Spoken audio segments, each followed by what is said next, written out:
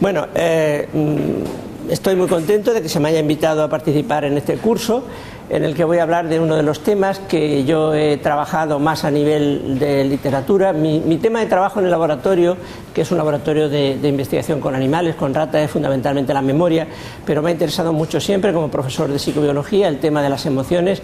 Lo he trabajado, he publicado cosas sobre ello y creo que por eso estoy aquí, porque los compañeros de aquí de Madrid han pensado que yo podía hablar sobre emociones y conducta social. Y de eso voy a hablaros. Mirad, voy a empezar con una referencia que me parece muy crítica, muy relevante. En septiembre de 2007, la revista Nature Neuroscience, que es probablemente la revista más importante de neurociencia, específica de neurociencia del mundo, publicó un número extraordinario dedicado a las emociones, solo a las emociones. Y el editorial, que como sabéis muy bien refleja siempre la opinión del editor, como no podía ser de otra manera, tenía una frase.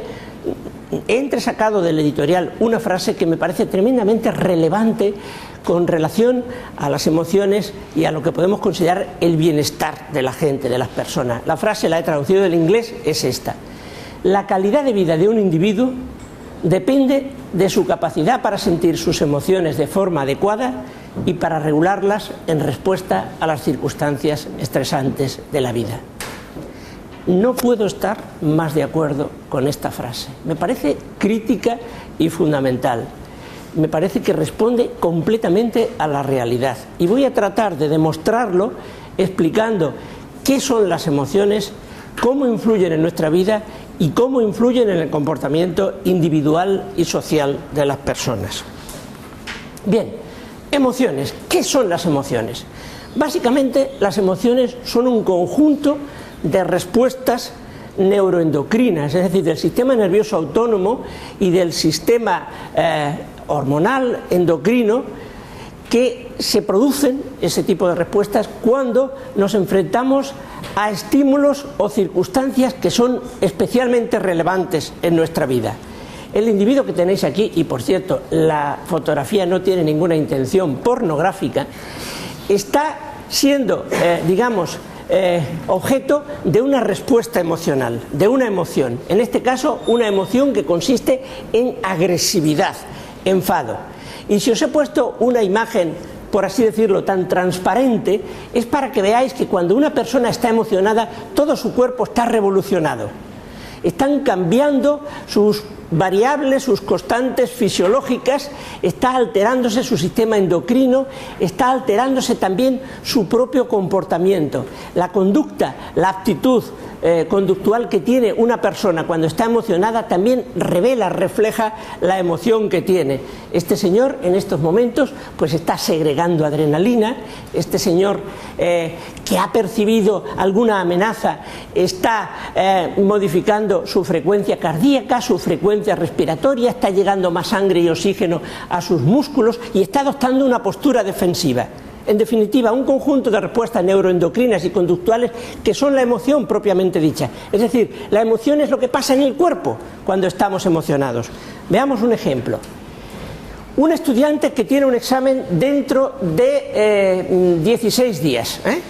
Cuando todavía faltan 16 días, su nivel de adrenalina en sangre está muy bajo, como vemos aquí, cuando faltan 16 días. Pero a medida que se acerca el día del examen, la concentración plasmática de adrenalina, la concentración de adrenalina en sangre va subiendo. Y en el momento del examen hay un pico impresionante, una subida de adrenalina. Esa subida de adrenalina favorece, una posible respuesta defensiva, porque es energizante. Hace que llegue más sangre, que el corazón lata más deprisa, como estáis viendo, por tanto llega más sangre y más oxígeno a los músculos y por tanto él está más fortalecido, más energizado para poder responder a esa situación en la que se está encontrando. Inmediatamente después del examen, la adrenalina vuelve a bajar otra vez y se recuperan los niveles comunes, ordinarios, plasmáticos, ¿no? Entonces mirad, esto es muy interesante porque claro, resulta entonces que la adrenalina no es más que una de las muchas respuestas fisiológicas que se producen en el cuerpo cuando estamos emocionados. Pasan muchas otras cosas, esto es solo un ejemplo. También se modifica la concentración de noradrenalina y también se modifican muchas otras variables fisiológicas. Y hay que tener en cuenta entonces que todo esto son circunstancias normales. Es decir, la adrenalina es una sustancia endógena. No es un moco que hay que ir a liberar como esos señores que dicen hoy es sábado y me voy por ahí a liberar adrenalina. Se atan de una cuerda, se tiran de un puente y dicen que van a liberar adrenalina. Por Dios, ¿qué es eso? Si la adrenalina es algo positivo, bueno, correcto, parece como si nos estuviera realmente dañando y solamente nos daña en circunstancias excepcionales, cuando realmente nos estresamos sobremanera, y de eso ya hablaremos un poco más adelante. En fin, esto es la emoción, las cosas que pasan en el soma, en el cuerpo, cuando estamos emocionados.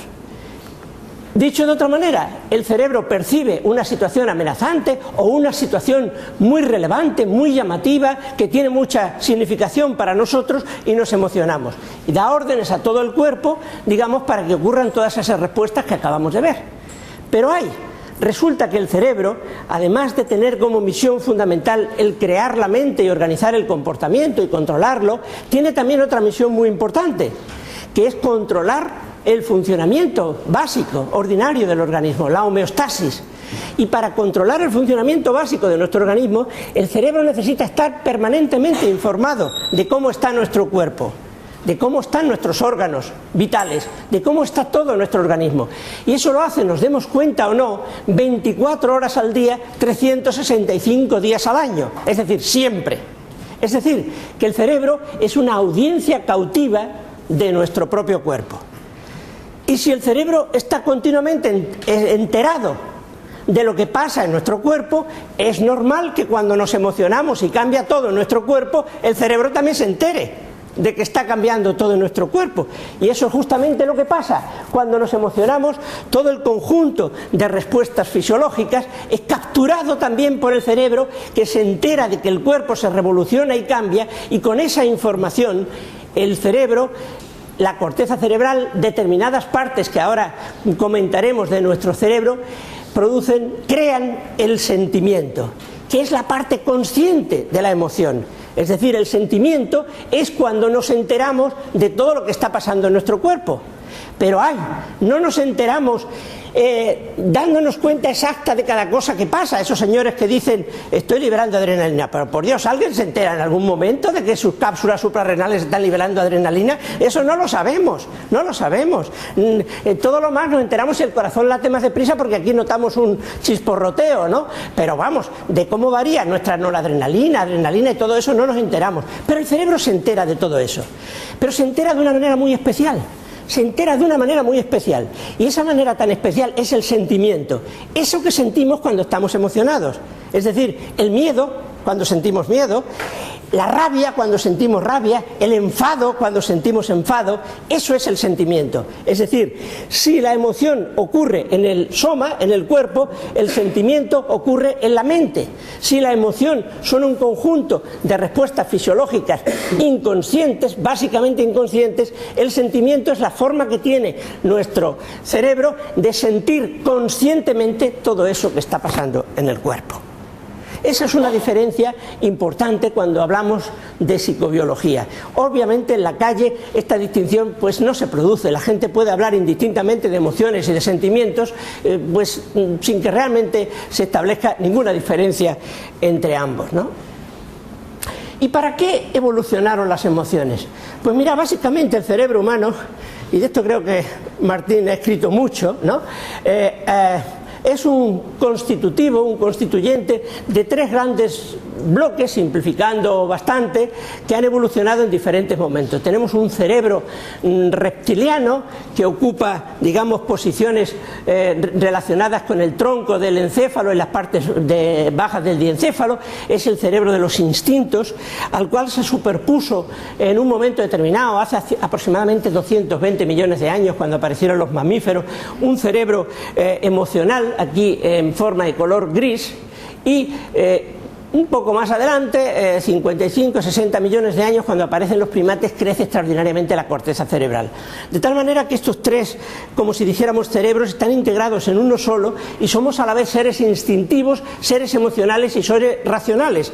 Todo ello está ahí, somos las tres cosas, pero están muy bien acoplados, porque han tenido mucho tiempo para acoplarse esos tres cerebros. Han tenido algo así como 500 millones de años. para acoplarse. Entonces funcionan muy bien, y el cerebro en evolución es tan conservador como el resto de la evolución, es decir, la evolución no se le deja casi nada para atrás, no tira nada, lo antiguo está ahí, al lado de lo nuevo, conviviendo con lo nuevo, y por eso también somos instinto muchas veces y nos comportamos instintivamente, y por eso somos seres emocionales y sentimentales, aunque también seamos seres racionales. Está todo ahí y es inevitable, si uno es una persona normal y no tiene ningún daño en su cerebro, en su fisiología, que eso sea de otra manera. Pero ¿para qué evolucionaron las emociones? Pues como evolucionaron después de los instintos, en realidad evolucionaron para potenciar la conducta instintiva. La conducta instintiva es una conducta adaptativa, que pretende la supervivencia del individuo, la adaptación a los nuevos e inesperados cambios que puedan ocurrir en un mundo cambiante como el que tenemos. Y las emociones aparecieron para potenciar todavía más la conducta que nos conduce a evitar los peligros, a buscar la alimentación, a buscar el sexo que nos permite reproducirnos. Ese es el verdadero sentido evolutivo, biológico de las emociones: potenciación de la conducta instintiva, incremento de la capacidad de supervivencia de un individuo, incremento de la capacidad adaptativa de un individuo, en definitiva. Hoy, cuando nos proponemos estudiar el cerebro emocional, tenemos un recurso muy importante, sobre todo cuando hablamos de humanos: las nuevas técnicas de neuroimágenes funcionales, la tomografía de emisión de positrones, la resonancia magnética funcional, etc. Y eso nos permite poder tener imágenes de las partes del cerebro que están más activas cuando estamos emocionados.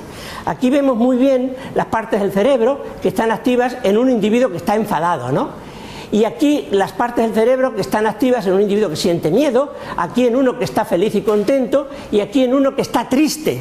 Incluso podemos establecer diferencias en la actividad de diferentes regiones o territorios cerebrales entre lo que pasa cuando un individuo ve una cara neutral y cuando ve la cara de su casero al que le debe 10 recibos, ¿no?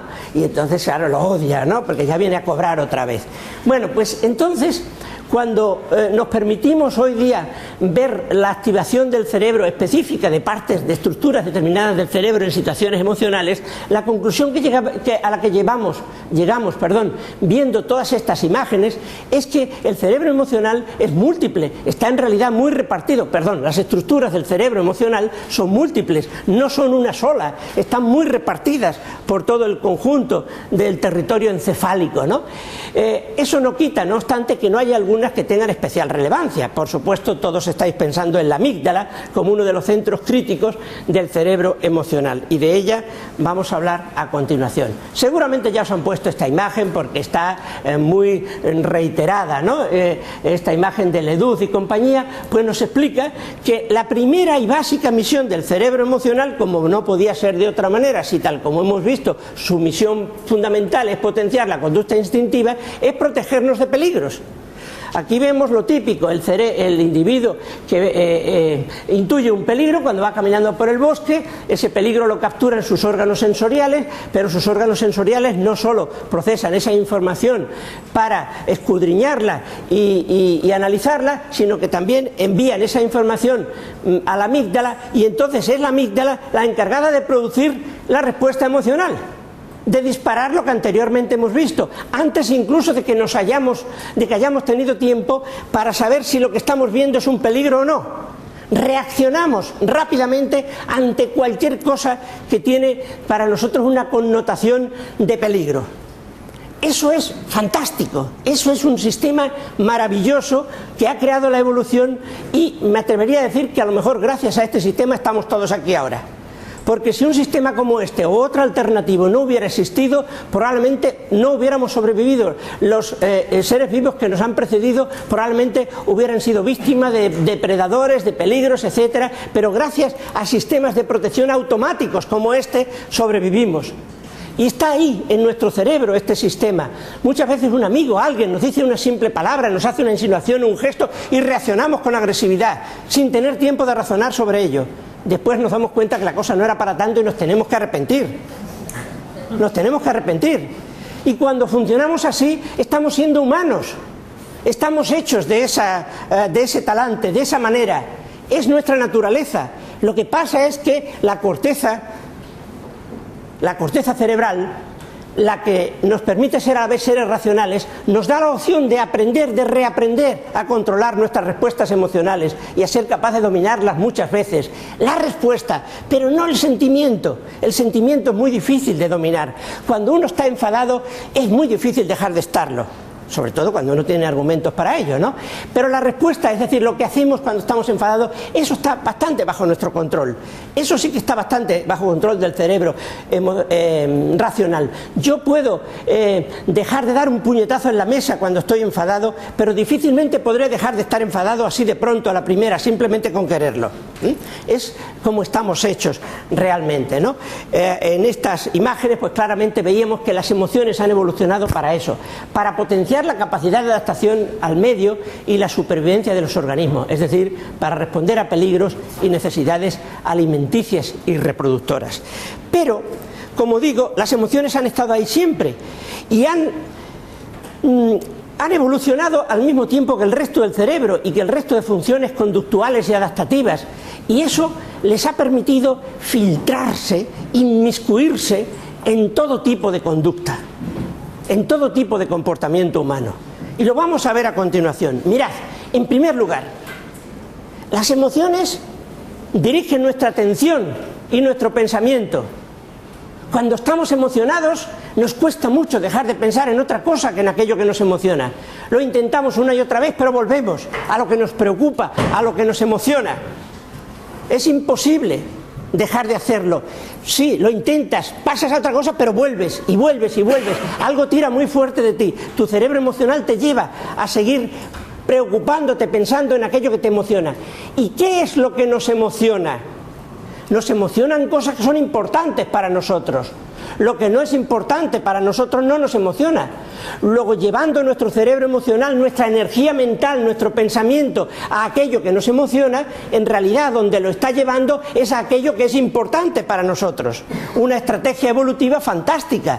No gastes energía mental en lo que no es importante para ti, gástala solo en aquello que es importante.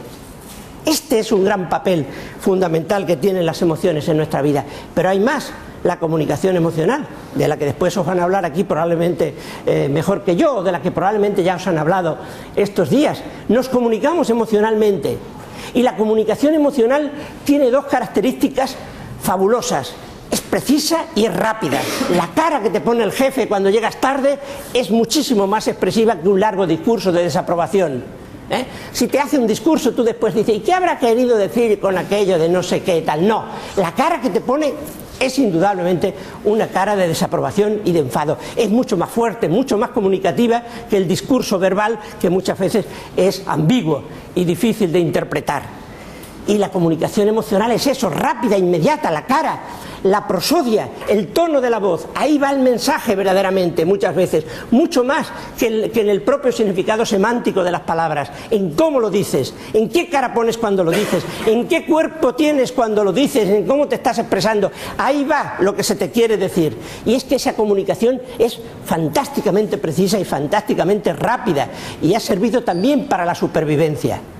Le ha permitido a muchos animales entender rápidamente dónde está el peligro y huir de él, o saber dónde puede aproximarse y dónde puede tener copulación, reproducción, etcétera, etcétera.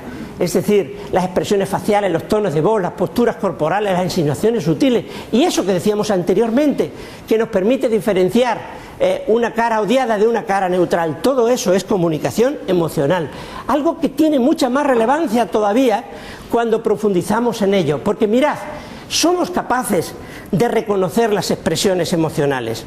A veces nos cuentan un chiste y no nos gusta, pero claro, hay que cumplir, hay que hacer la cara de falsa, de que te ha gustado, Ahora, cuando te gusta, es que no hace falta hacer nada, te sale sola la sonrisa sincera, ¿no?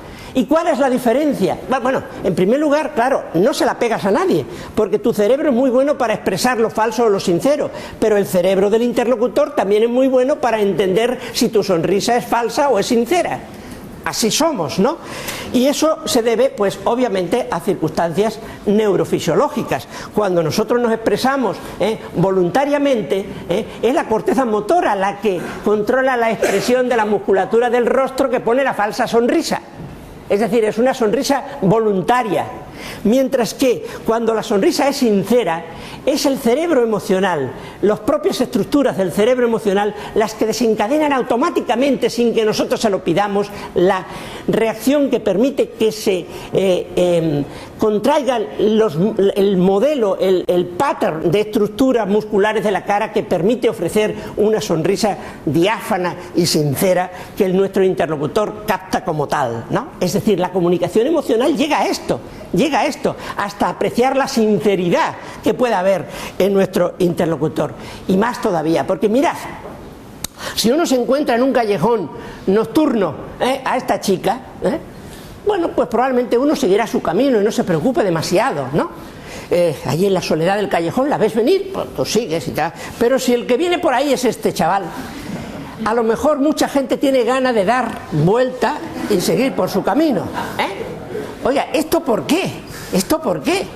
Pues sencillamente porque nuestro cerebro emocional también está capacitado para indicarnos confianza o desconfianza. Y ojo, eso es aprendido, esto ya no es innato. Si caras como la de esta joven nos indican confianza, es porque desde pequeños, en todo lo que hemos vivido, en las películas, en los cuentos, en las historias, en la televisión, en todo lo que hemos visto, los buenos tenían estas caras y los malos tenían esta otra. Es decir, hay mucho de aprendizaje en ese tipo de comunicación emocional. Pero fijaros cómo entonces nuestro cerebro emocional resulta que está también capacitado para distinguir fiabilidad. Cuando vas a pedir un crédito a un banco, te fías más de la cara que te pone el tipo que te lo ofrece que realmente de lo que te está ofreciendo. Yo personalmente os puedo asegurar que la primera hipoteca que cogí en mi vida, porque he tenido que coger mucha, porque ya sabéis que los profesores universitarios tampoco somos ricos, ¿no? Pero la primera hipoteca que cogí en mi vida, la cogí a un interés más alto que a otro que me ofrecían en otro banco, porque el tipo que me la ofrecía me inspiraba más confianza. Y acerté. Suerte tuve, porque mirad, eso es otra cosa que quería deciros. Aunque confiamos en estas caras y no en estas, a veces nos equivocamos. Esto es aprendido. El cerebro aprendido se equivoca más que el cerebro innato, y luego, porque luego puede resultar que el que tiene esta cara tan bonita es el que nos la pega.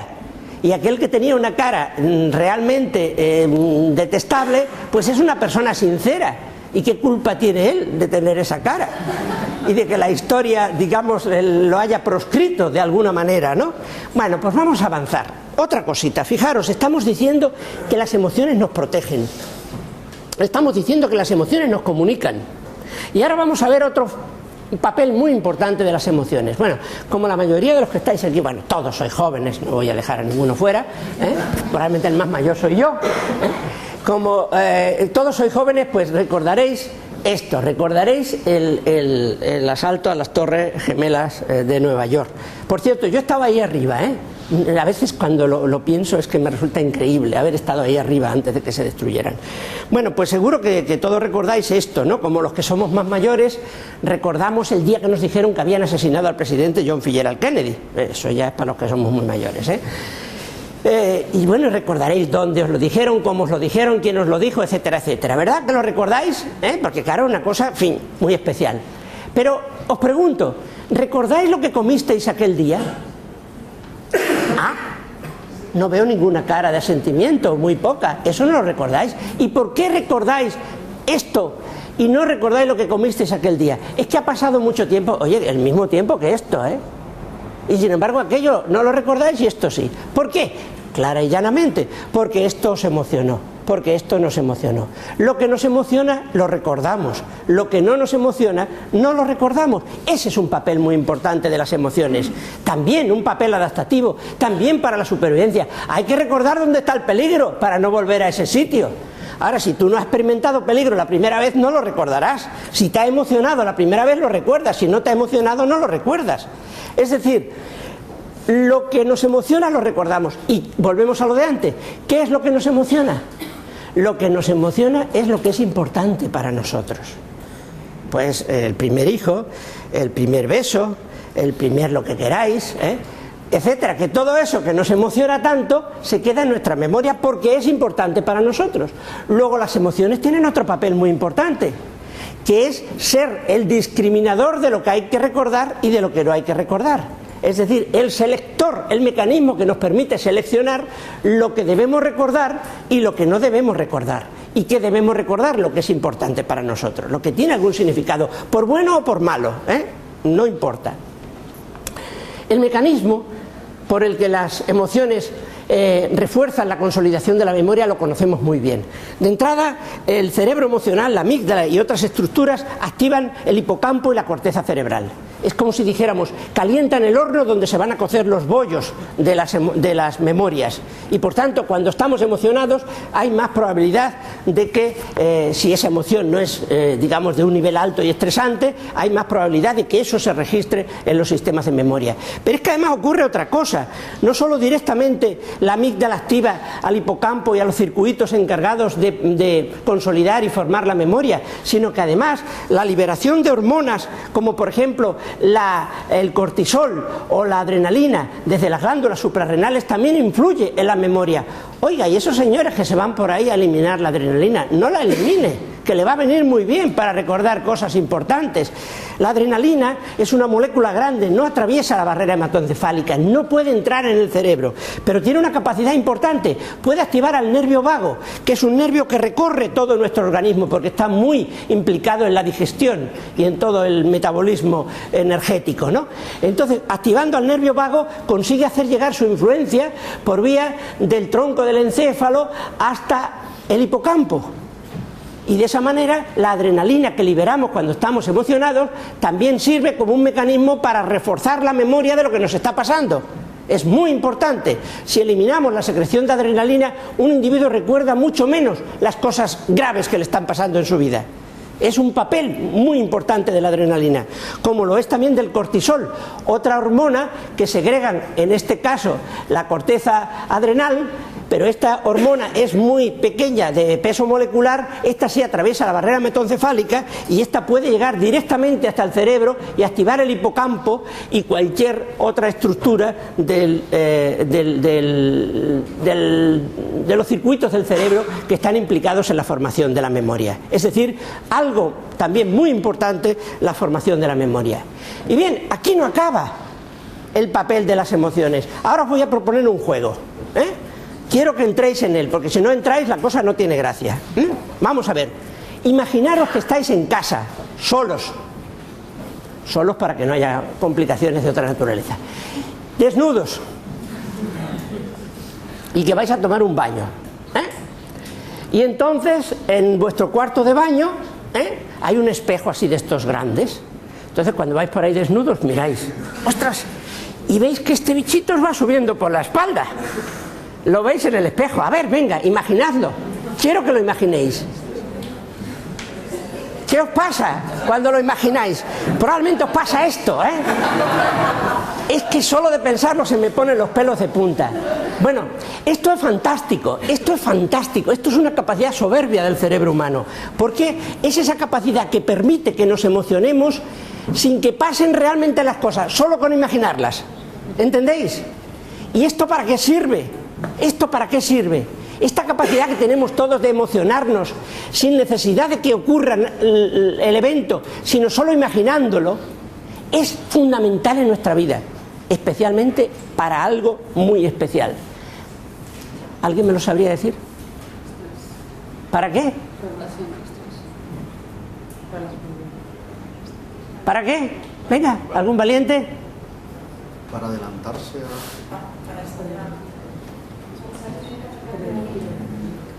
Para tomar decisiones. Para tomar decisiones. ¿Cómo tomamos decisiones? Pues tomamos decisiones utilizando la razón y la emoción. Hay gente que dice, no, las decisiones buenas son aquellas que son puramente racionales, no nos dejemos influir por nuestras emociones a la hora de decidir. ¿Cómo es eso? Es imposible. Una persona normal, con un cerebro normal, que no esté dañado, no puede evitar que las emociones influyan en sus decisiones, porque la emoción es la vara de medir de las cosas que pueden pasar. ¿Cómo ocurre? A ver, la razón interviene, claro que interviene. Cuando yo tengo que decidir a dónde voy a ir de veraneo, la razón me sirve para poner encima de la mesa todas las posibilidades que tengo en función de mis recursos, etcétera, etcétera. Pero ¿cómo decido? Ahí es donde entra la emoción. Yo empiezo a utilizar el recurso de la araña con cada una de las opciones que tengo. ¿Cómo me sentiré si me voy a Benidorm? ¿Cómo me sentiré si me voy al pueblo? ¿Cómo me sentiré si me quedo en casa? Adelanto la emoción, y si tengo capacidad realmente de adelantarla y de revivirla anticipadamente, eso me sirve para crear una emoción más positiva o más negativa, que es la que me permite elegir, porque después al final lo que hago es elegir aquella opción que me suscita emociones más positivas y menos negativas. Es decir, es un recurso que utilizamos continuamente. Y quien no se lo crea todavía, os lo voy a demostrar en un territorio de decisiones que es muy importante, siempre lo ha sido en nuestros días más, que es el territorio del dinero, de la economía, ¿no? Mirad, esto es algo muy curioso. Esto es la paradoja de Daniel Ellsberg. Daniel Ellsberg era un asesor económico del presidente John Fitzgerald Kennedy, otro de los antiguos, vaya. Bueno, pues Daniel Ellsberg decía: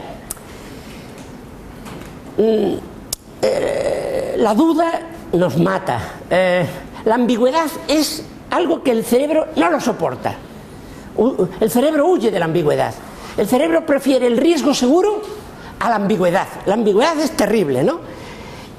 Y se demuestra con un juego como este, ¿no? Cartas, dos barajas de cartas, 20 cartas aquí y 20 cartas aquí. En esta baraja de la derecha el 50%, es decir, 10 cartas son rojas y 10 son negras, 10 y 10. Y aquí también hay negras y rojas, pero no os voy a decir cuántas de cada. Puede haber una negra y 19 rojas, o al revés, o 10 y 10 también, o 5 y 15. Es decir, en una sabemos la proporción exacta y en la otra no. ¿Lo entendéis, verdad? Bueno, pues ahora os digo, venga, sacad una carta de cualquier de los dos montones, ponerla encima de la mesa sin verla, y si acertáis si es roja o negra, os doy 100 euros, y si no lo acertáis me lo dais vosotros a mí, para ponerlo más caliente. Bueno, pues ¿de dónde cogeríais la carta? ¿Del montón de la derecha o de la izquierda?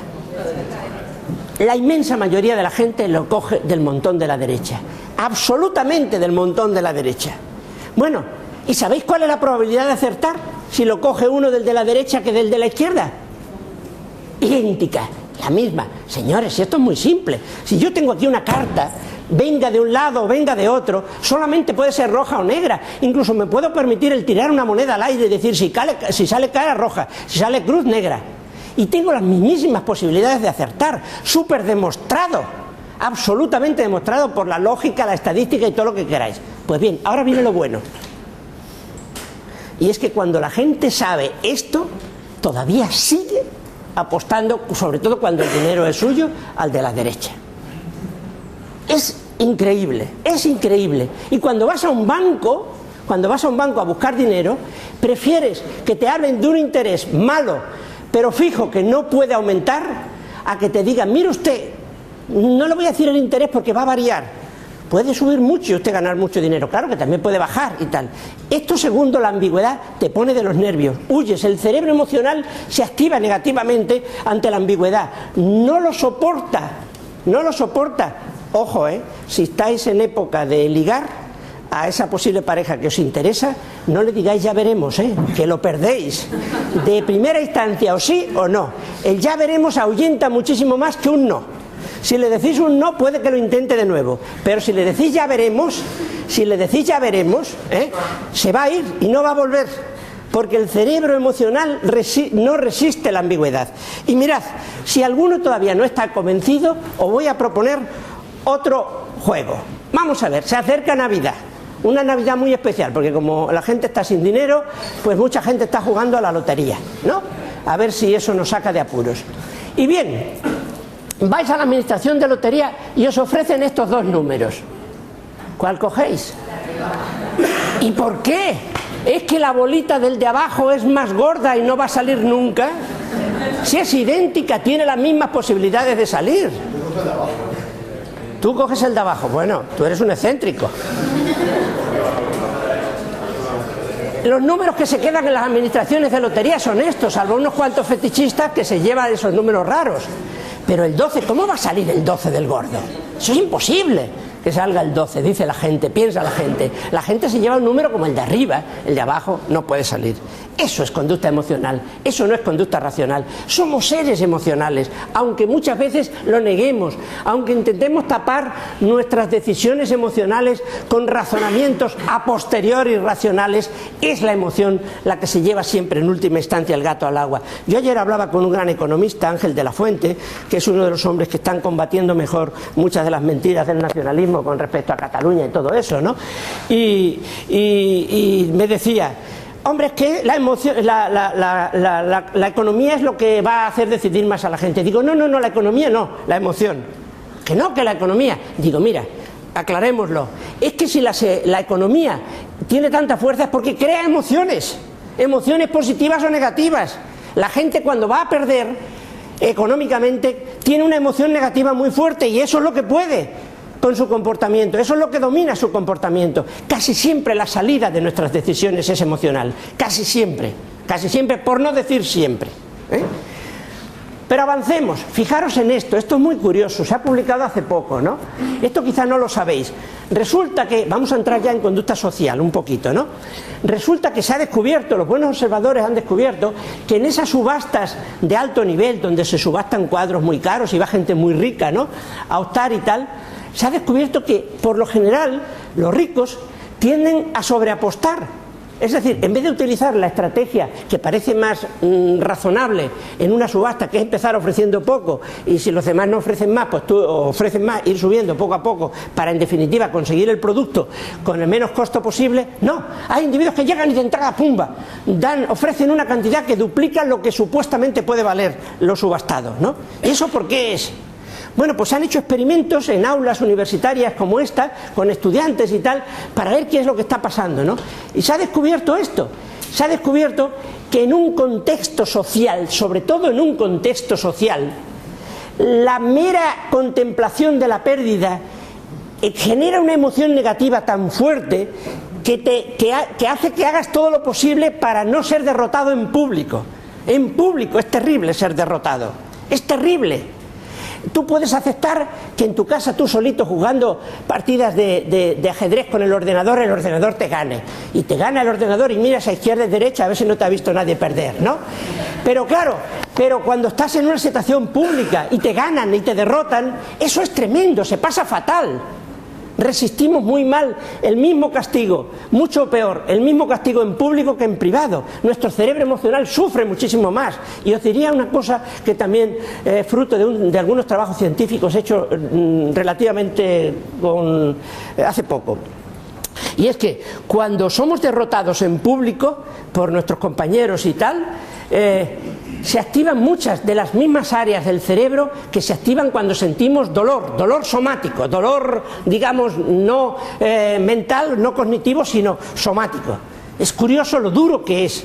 Y eso probablemente es la explicación de que los ricos y los poderosos lo último que quieren antes que perder dinero es que otro menos poderoso y potente que él le pueda ganar en una subasta y llevarse aquella obra. Por tanto, es un trabajo muy interesante que permite realmente muchas reflexiones. Y en estas neuroimágenes que veis ahí se han visto las partes del cerebro que son activadas en los experimentos con estudiantes cuando el estudiante es derrotado también en público.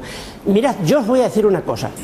Ayer inicié mi curso universitario y una de las cosas que les digo a mis estudiantes en los primeros días de clase es que yo no quiero estudiantes de primera y estudiantes de segunda en mis aulas. Todo el mundo es igual. Me molesta eso que salen 2 o 3 que son los cracks del aula y todos los demás están ahí como acobardados ante ellos. No, señor. No, señor. Quiero que todos mis estudiantes se sientan importantes en mi clase. Quiero que todos sepan que tienen los mismos derechos y los mismos deberes y que yo me voy a dar especialmente a todos. Mejor dicho, me voy a dar sobre todo a los que tienen dificultades y problemas, más que a los que ya sobresalen por sí solos, porque el buen estudiante tiene la ventaja de que se sale, acierta y tiene éxito por sí mismo, incluso muchas veces a pesar del profesor. Bueno, pero esto era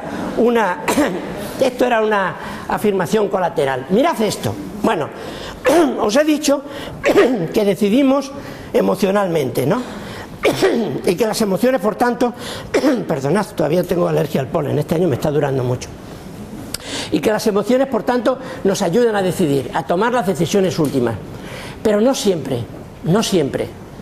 Hay unas situaciones en las que las emociones, en vez de ayudarnos, nos perjudican, lo voy a reconocer. ¿Y sabéis cuándo es? Cuando las opciones son muchísimas. Cuando las opciones son muchísimas. Cuando no se trata de elegir entre esto, esto o esto, 4 o 5 cosas o 2 o 3. Cuando se trata de elegir entre 50, 60, 80, 100. Por ejemplo, no sé, cuando uno va a comprarse un coche y le ofrecen 50 modelos con cantidad de prestaciones, colores, formas, precios. ¿Cómo elige uno ahí entre tantas cosas? Cuando una chica va a uno de estos outlets modernos a comprarse una falda y ve 200 metros de faldas allí uno tras de otro. Y entonces, ¿qué hace uno? ¿Prueba todos los coches? ¿Se prueba uno todas las faldas? Las chicas ya sé que sí, que si pudierais, os probaríais todas las faldas, de los 200 metros. Pero bueno, la cuestión es que, no, los chicos somos un poco más comedidos, probaríamos algunos coches, pero no todos. Bueno, pero vamos a ver, entonces, ¿cómo elige uno? ¿Cómo elige uno la falda entre 200 metros de falda o cómo elige uno el coche entre 50.000? Bueno, pues para ver qué es lo que nos influye a la hora de tomar esas decisiones, en una universidad holandesa se hizo un experimento. Se cogió un grupo de gente así como vosotros, estudiantes, y se dividió en 3 subgrupos, procurando que en cada uno de ellos hubiera más o menos las mismas edades, los mismos sexos, los mismos orígenes, es decir, equilibrando todo lo posible por factores ajenos a la propia investigación los 3 grupos, ¿no? Y a cada grupo se le dio un catálogo de coches. Y se les encerró para que eligieran el coche que reunía la mejor relación calidad-precio, ¿no? Según los expertos, ¿no? El primer grupo se le dio el catálogo y se le encerró en una habitación y le dijo: vais a trabajar durante una semana para tomar la decisión. Al segundo grupo se le encerró también en una habitación con el mismo catálogo y se le dijo: vais a trabajar 1 horita, en 1 hora tenéis que decidir. Y al tercer grupo se le dijo: ahí está el catálogo, tenéis 10 minutos y al mismo tiempo que decidís vais a tener que hacer unos rompecabezas. Es que a estos últimos se lo puso muy difícil. Bueno, ¿sabéis quién fue el grupo que eligió el coche, según los expertos, con mejor relación calidad-precio? El último. Los primeros, los que llevaban una semana eligiendo, tenían un bollo. Habían reñido todos con todos, se habían mezclado miles de emociones positivas y negativas, no sabían ya por dónde tirar, en fin, no acertaron. Los siguientes casi, pero los últimos fueron los mejores. Esto nos vendría un poco a decir que en situaciones muy complicadas de la vida, pues lo siento amigos, pero no hay remedio, tenemos que aceptar que nos podemos equivocar. A lo mejor así intuitivamente acertamos, bueno, pues sí o no. Pero es que lo que ocurre es que el cerebro humano no está preparado para elegir entre tantas cosas. Probablemente sigue evolucionando, no creo que la evolución esté detenida, no sé qué pensará Manuel, que ha trabajado estas cosas, pero yo creo que no ha tenido todavía tiempo la evolución, los cambios evolutivos en el cerebro, de adaptarse a situaciones en las que tenemos una gran cantidad de opciones a la hora de decidir. El cerebro humano evolucionó mucho en tiempos en que se trataba de quedarse o salir corriendo, tirar a la derecha o tirar a la izquierda, comer o no comer, aceptar el sexo o no aceptarlo, cosas muy simples. Para eso está muy bien preparado. Nos equivocamos poco cuando las decisiones son simples, pero cuando son muy complejas no tenemos escapatoria y sufrimos mucho, porque luego resulta que ya va uno en el coche nuevo que ha elegido, contento por la carretera, conduciendo, ya elegí, ya tal, y de repente, Dios mío, le asalta una terrible duda a uno. Tenía que haber cogido el negro. Y con todo lo que me lo pensé, y con lo caro que vale, y me he equivocado. ¿Qué es lo que sufrimos?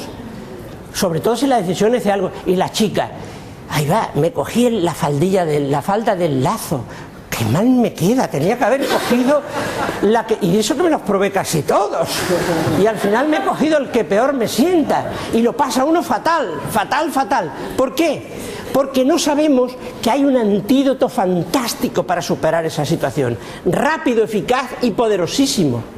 Y es que cuando tú vas con tu coche rojo y te asalta la duda de que tenías que haber cogido el negro, para que se te quite esa emoción negativa, basta con que pienses: si hubiera cogido el negro, estaría aquí ahora mismo pensando que tenía que haber cogido el rojo.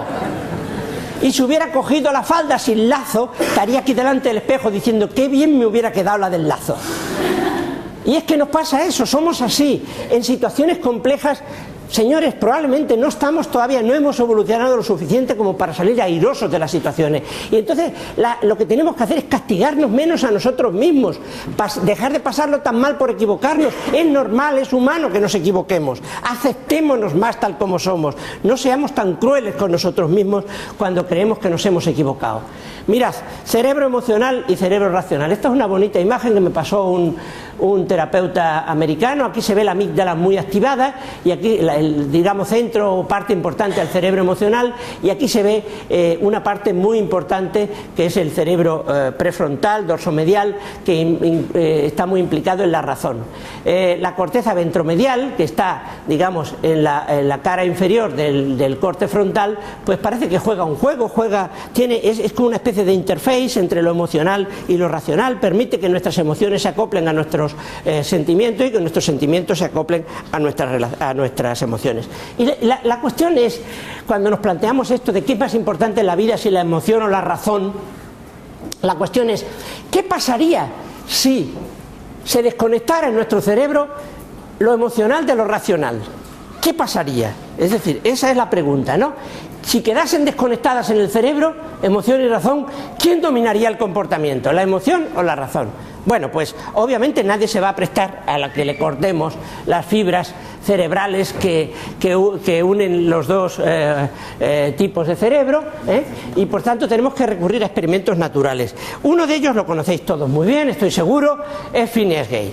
Phineas Gage, ya sabéis que tuvo un accidente que le afectó a la corteza ventromedial y por tanto es el prototipo de individuo donde quedaron desconectados cerebro emocional y racional. ¿Qué pasó? Pues pasó que a partir de entonces dominó en su vida el cerebro emocional. Se comportaba más como un animal, donde las emociones predominan sobre la razón, etcétera, etcétera, etcétera, ¿no? Y claro, alguno de vosotros estará pensando, bueno, no os voy a explicar otra vez Phineas Gage, porque lo habrán explicado 50.000 veces y debe ser pesado ya explicar una vez más. Pero sí me venía bien para deciros que esto fue un experimento natural y que a partir de él muchos diréis, bueno, pero esto no pasa todos los días. ¿Cómo que no? ¿Cómo que no? A ver, ciertamente no pasa todos los días que se rompa nuestro cerebro por un accidente, pero sí que se desconecte funcionalmente el cerebro emocional del racional. Y os voy a poner un caso en el que eso ocurrió. El caso es este. Mirad, el naufragio del Titanic ocurrió el 14 de abril de 1912. Murieron 1000 y pico de personas. Y tenemos una referencia cinematográfica muy clara, que todos, como sois muy jóvenes, la vais a recordar muy bien. DiCaprio y compañía, ¿no? Bueno, pues todos sabemos que el salvamento en el Titanic, aunque pues tuvo sus más y sus menos, pero tuvo un cierto orden. En el Titanic se consiguió, apretando por aquí y por allá, que primero embarcaran los niños, las mujeres, los enfermos, los mayores, salvo alguna excepción, siempre hay gente que se cuela y tal, todo esto, ¿no? Incluso se organizó el salvamento por clases sociales, los de primera, los de segunda, los de tercera. Bien, lo hemos visto en la película, así fue, ya digo, con todas las excepciones que queráis. Pero mucho menos conocido del caso del Titanic es el caso del Lusitania, otro transatlántico que se hundió en el Atlántico también, algo después, 3 años después, el 7 de mayo de 1915, y también murieron 1000 y pico de personas. Es menos conocido este caso, entre otras cosas porque no hay película. Bueno, la hay, pero no tan con DiCaprio y esta gente. Bueno, pues murieron también 1000 y pico de personas. Esta vez no fue un iceberg, esta vez fue un torpedo alemán, porque estábamos ya en la Guerra Mundial, en la Primera Guerra Mundial. Y bueno, y aquí ocurrió una cosa muy especial, que la gente no lo sabe, o muy poco lo saben.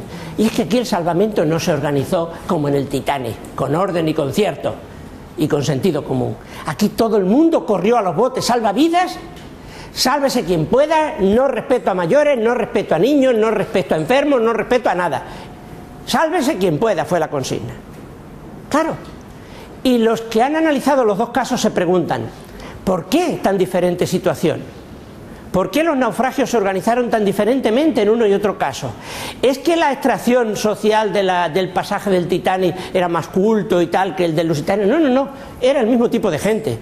¿Es que el Titanic era un barco con más cualidades técnicas para organizar muy bien el salvamento? No, señor, igualitos casi que el Lusitania. Habían sido dos barcos hechos en la misma época y con tecnologías muy parecidas.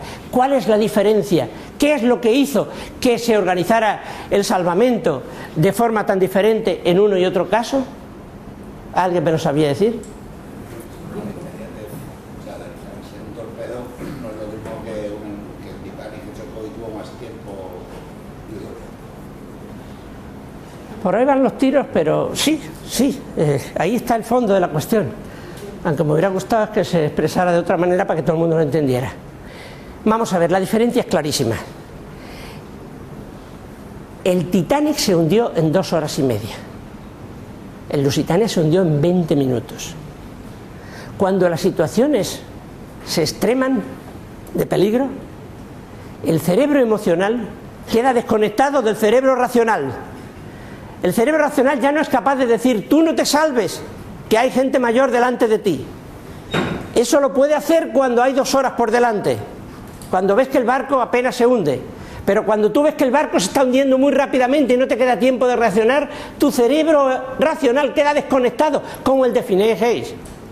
Pero claro, funcionalmente, no por un corte traumático. Por tanto, en la vida cotidiana nos están pasando estas cosas. A veces ante situaciones de peligro, situaciones de roce, situaciones de conflicto, nuestro cerebro emocional queda desconectado del racional. ¿Cuánto? 5 minutos. Vale, pues vamos a ir acabando. Bueno, y esas situaciones de la vida se reproducen con muchísima frecuencia y nos hacen pasarlo muy mal, porque nos equivocamos reaccionando emocionalmente y después tenemos que pedir perdón. Bien, entonces, ¿para qué sirve la razón? Porque pudiera parecer que le estamos dando tanta importancia a la emoción que la razón no sirve para nada. Pues bien, es el momento de responder a la pregunta inicial, bueno, a aquel texto inicial de la revista de Nature Neuroscience. Decía que el bienestar radica en sentir las emociones de forma adecuada. Y yo digo, ¿qué es sentir las emociones de forma adecuada? ¿Es eliminarlas? ¿Es sacarlas de nuestra vida? No, eso es imposible. Sentir las emociones de forma adecuada es equilibrarlas con la razón. Somos seres emocionales y racionales, y nos sentimos bien cuando nuestra razón y nuestra emoción, cuando nuestro razonamiento y nuestros sentimientos coinciden, van por el mismo lado. Cuando uno va por un lado y otro va por otro, no nos sentimos bien. Cuando somos infieles a nuestra pareja, la razón nos dice que eso está mal, la emoción nos lleva a la otra pareja. Eso es un desequilibrio emoción-razón. Eso es una fuente de estrés tremenda. Eso no es bienestar. Hasta que no cambiamos la situación y equilibramos emoción y razón, no nos sentimos bien. Cuando queremos más de lo que podemos, nuestros sentimientos quieren mucho, nuestra razón nos dice que nuestras posibilidades no llegan a ello. Otra fuente de desequilibrio, otra fuente de falta de bienestar. Hay que arreglar eso, cambiando lo que queremos o cambiando lo que podemos. Es decir, bueno, lo que podemos no podemos cambiarlo. La posibilidad que tenemos de conseguir más cosas, quería decir. Eso es clave. Hay una parte del cerebro, la corteza cingulada anterior, que precisamente parece activarse especialmente cuando estamos en una situación de desequilibrio, emoción-razón. Cuando nuestros sentimientos van por un lado y nuestros razonamientos van por otro. Es como un chivato. Probablemente esta parte del cerebro influye mucho, la corteza cingulada anterior, en ese malestar que sentimos cuando lo que queremos no coincide con lo que podemos, cuando estamos en una situación de desequilibrio emoción-razón. Y para solucionar eso es importante la inteligencia emocional. La inteligencia emocional no es nada nuevo, no es algo inventado por el señor Goleman, que entre otras cosas se ha forrado, La inteligencia emocional es algo que ya autores como nuestro gran Baltasar Gracián, mucho más reconocido, por cierto, fuera de nuestras fronteras que dentro, ya hablaba de inteligencia emocional con un enorme acierto, ¿no? No basta ser inteligente, se precisa la disposición del carácter, decía. Es decir, no basta con tener inteligencia analítica, hay que tener también inteligencia emocional. ¿Y inteligencia emocional qué es? La capacidad esa de unificar, de hacer coincidir, de establecer coherencia entre lo que sentimos, lo que pensamos y lo que hacemos. No fragmentar nuestra mente y que nuestros sentimientos vayan por un lado y nuestros razonamientos por otro, ¿no? Tener inteligencia emocional es sobre todo saber gestionar convenientemente, utilizando la razón, nuestros sentimientos, para modificarlos, para hacer que nuestros sentimientos negativos se conviertan en positivos, intentando ver las cosas de otra manera y haciendo cosas como todo lo que digo aquí, teniendo empatía, regulando nuestras emociones, adelantando emociones, utilizando el truco de la araña para tener fuerza y motivación para conseguir cosas. Y desde luego, quien no tiene inteligencia emocional, quien no conoce bien sus emociones, quien no tiene empatía, quien no sabe ponerse en el lugar del otro, no puede tener inteligencia social, porque la inteligencia social requiere de inteligencia emocional. Tener inteligencia social es relacionarse con los demás, creando apego y cooperación y evitando conflictos. Eso solo lo hace quien tiene inteligencia social. Y nadie puede tener inteligencia social si no tiene empatía, si no tiene inteligencia emocional, si no conoce bien sus propios sentimientos y es capaz de ponerse en el lugar del otro para entender los sentimientos y las emociones de los demás. Acabo. ¿Quién tiene más inteligencia emocional, los hombres o las mujeres? Bueno, John Mayer y Peter Salovey son los dos científicos modernos de Yale que han trabajado en inteligencia emocional. Y bueno, Goleman lo que ha hecho pues seguirlos un poco y publicitar de manera didáctica y tal lo que han hecho en la Universidad de Yale, ¿no? Pero aquí en España tenemos un grupo de investigadores en la Universidad de Málaga, Pablo Fernández Berrocal, Natalio Estremera y otros que han trabajado con ellos, con Peter Salovey y con los científicos de Yale, y probablemente son la gente más seria que tenemos en España que trabaja en inteligencia emocional, ¿no? La gente de Málaga. Bueno, pues estos amigos de Málaga han hecho ya un cuestionario para medir han hecho una adaptación de un cuestionario norteamericano para medir inteligencia emocional, ¿no? No es fácil, los cuestionarios de inteligencia emocional son muy difíciles de elaborar, porque la inteligencia emocional donde se manifiesta sobre todo es en la práctica, no en la teoría poniendo cruces en un cuestionario, ¿no? Pues bien, han evaluado a hombres y mujeres. Y bueno, la conclusión es la siguiente: en ese primer cuestionario aplicado al sexo en nuestro país, está publicado por ahí en una revista de psicología, que las mujeres superan a los hombres en todos los diferentes tipos de ítems que tienen que ver con la inteligencia emocional. Y a mí me gusta acabar explicando esto con una anécdota. Bueno, es el primero que se ha hecho, habrá que hacer más, habrá que ver si esto se confirma o no. Tiene sentido porque por lo general el cerebro emocional de la mujer tiene características diferentes al cerebro emocional del hombre, y podía ser esa la clave, ¿no?, para que las mujeres tengan más inteligencia emocional que los hombres. Pero bueno, a mí me gusta acabar con una anécdota que se refiere a la actriz Charo López. Muchos de vosotros quizás ya no la conozcáis porque sois jóvenes, ¿no?, pero ha sido una gran actriz española de Salamanca y guapa, excelente actriz, etcétera, etcétera, ¿no? Y hace un par de años la entrevistó el Loco de la Colina, ese famoso locutor sevillano, ¿no?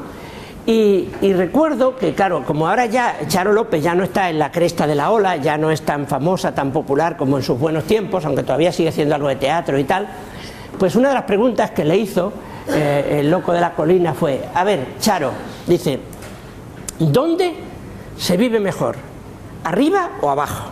Le quería decir, cuando eras famosa, estabas todo el día en la prensa, en los medios y tal, o ahora que ya nadie va a verte, que solamente algún tonto como yo te llama, en fin, algo así, ¿no? Y entonces ella contestó, con muy poco tiempo de reacción, sabiamente, rápidamente contestó, se vive mejor abajo.